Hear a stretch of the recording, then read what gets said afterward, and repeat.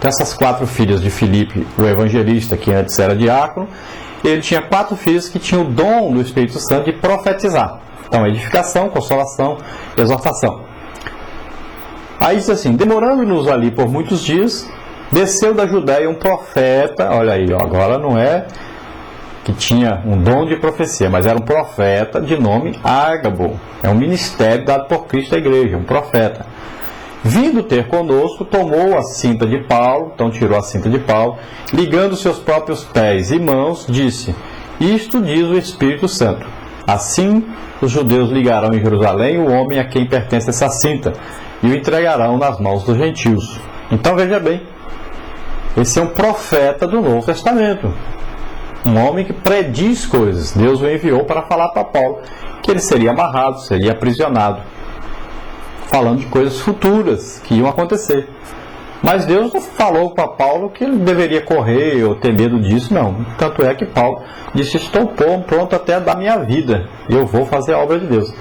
Então Deus apenas o advertiu sobre o que ia acontecer, para ele se preparar para o que ia acontecer. E também os seus amigos, também a igreja, saber que era o que ia acontecer realmente com Paulo. Mas Paulo enfrentaria tudo isso para que Jesus fosse conhecido em todas as nações. Veja Paulo também, porque nem o cabelo cairá da cabeça de qualquer um de vós. Atos 27, 31 a 34. Então aí Paulo predizendo também, falando coisas do futuro. Você vai ver também exemplo de Pedro falando a respeito de coisas futuras, né? Então aí você vai ver no Novo Testamento, nos livros escritos, nas cartas escritas, nas epístolas, coisas futuras. Isso é um trabalho de um profeta, falar em coisas futuras. Ele recebe revelação de coisas que vão acontecer no futuro. Você pode ver também exemplo de profeta, se você ler lá em Antioquia, ou Antioquia da Síria, né? Como conhecida como Antáquia. Então a Bíblia diz o quê? A Bíblia testifica que havia ali o quê? Profetas e doutores. Será que nós temos hoje na igreja isso? Será que nós podemos dizer assim: não, hoje lá na igreja estão reunidos ali os profetas e os doutores estão reunidos ali, orando, jejuando, buscando a orientação de Deus. Então, nós temos que viver segundo a palavra de Deus. A palavra de Deus afirma para nós no Novo Testamento. Esses 5 ministérios sempre existiram na igreja. Então Jesus dá esses homens à igreja: apóstolos, profetas, evangelistas, né? Os pastores e os mestres. Então Jesus está vivo. Ele é o cabeça do corpo que é a igreja. E Jesus continua exercendo o seu ministério, né? Os seus ofícios. E ele faz isso através da igreja, através de homens que ele chamou para fazer isso. Certo dia, indo nós para o lugar de oração, encontramos uma escrava que tinha um espírito que predizia o futuro. Ela ganhava muito dinheiro para os seus senhores com adivinhações.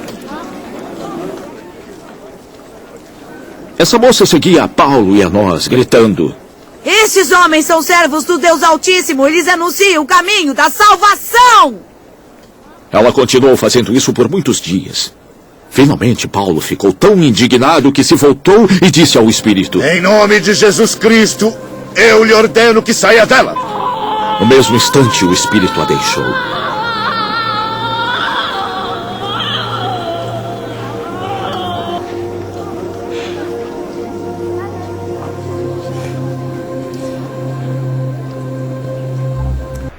Então nós podemos ver através da palavra de Deus que estes sinais podem acontecer inspirados por Deus, mas também Satanás tem as imitações para estes sinais.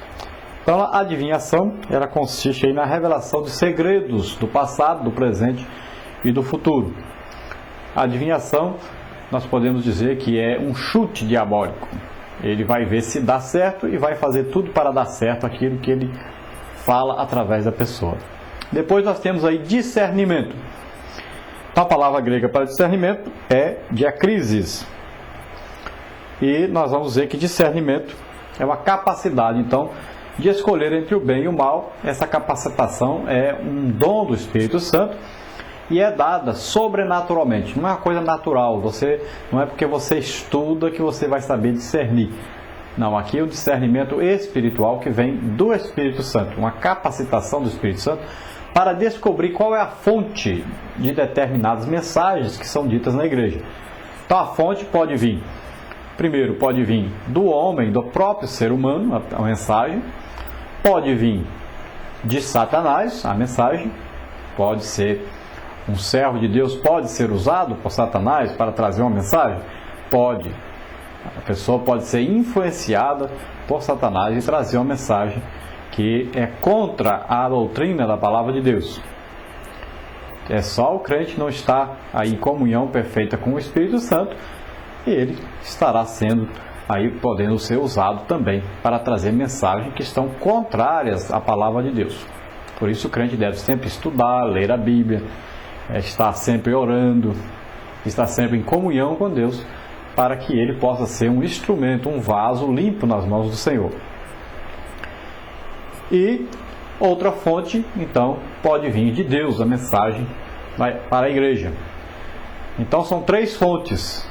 E como nós podemos então discernir essas fontes, é que nós vamos ver então que é através do estudo da palavra de Deus e principalmente então através da manifestação do Espírito Santo com o dom de discernimento que ele traz aos seus servos, principalmente os líderes da igreja.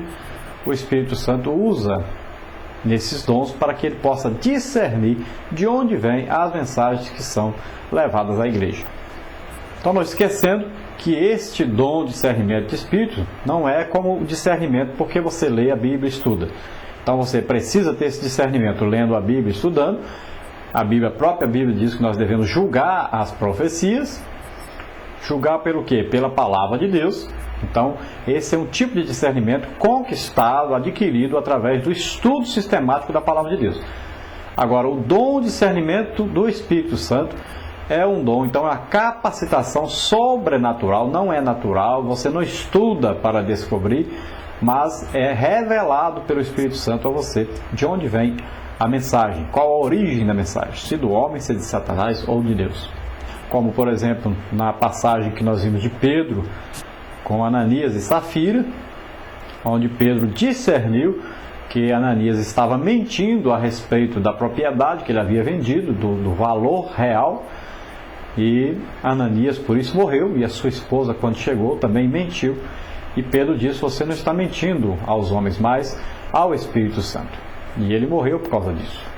Foi uma doutrina empregada por Deus para que a igreja saiba que tudo que nós fazemos devemos fazer com amor e com total entrega a Deus de tudo que nós temos, de tudo que nós somos. Depois nós podemos ver também no exemplo de Paulo em Atos dos Apóstolos, capítulo 16, sobre ali a pitonisa, sobre aquela mulher que tinha um espírito de adivinhação, aquela jovem.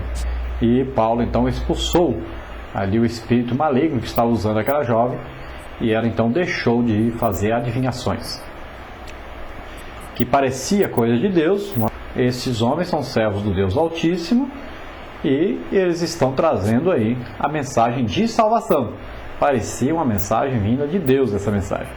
E na verdade, esta mensagem de salvação, essa palavra salvação, era comum se ouvir por toda parte e não tinha nada a ver com a salvação em Jesus Cristo.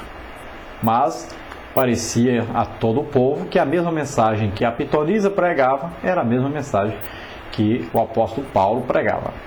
E confundiu assim as pessoas. Na verdade, então, a mensagem era satânica. Paulo pregava a salvação através de Jesus Cristo, mas os ensinos normais sobre salvação que existiam na época não mostravam Jesus como o único e suficiente Salvador. Depois, qual a intenção do espírito de adivinhação? Então, era torcer então o evangelho e proclamar que o evangelho que Paulo pregava era o mesmo que a pitonisa pregava e o mesmo que os judeus diversos pregavam. Na história de Israel que existiam profetas que falavam a verdade, que vinha de Deus, e existiam profetas que falavam mentiras. Um grande exemplo disso são os profetas que profetizaram para Acabe e Josafá, para ele ir à guerra, e o profeta que foram chamar, Micaías, e ele profetizou exatamente o contrário. Disse que se o rei fosse, ele morreria, e realmente aconteceu isso. Então existem os falsos profetas e os verdadeiros profetas, Existe a verdadeira profecia, a falsa profecia. Então existe uma necessidade desse discernimento, de descobrir-se se a mensagem dada é de Deus, é dos homens ou de Satanás. Bom, nos dias em que se levantam cada vez mais falsos cristos, falsos profetas, né?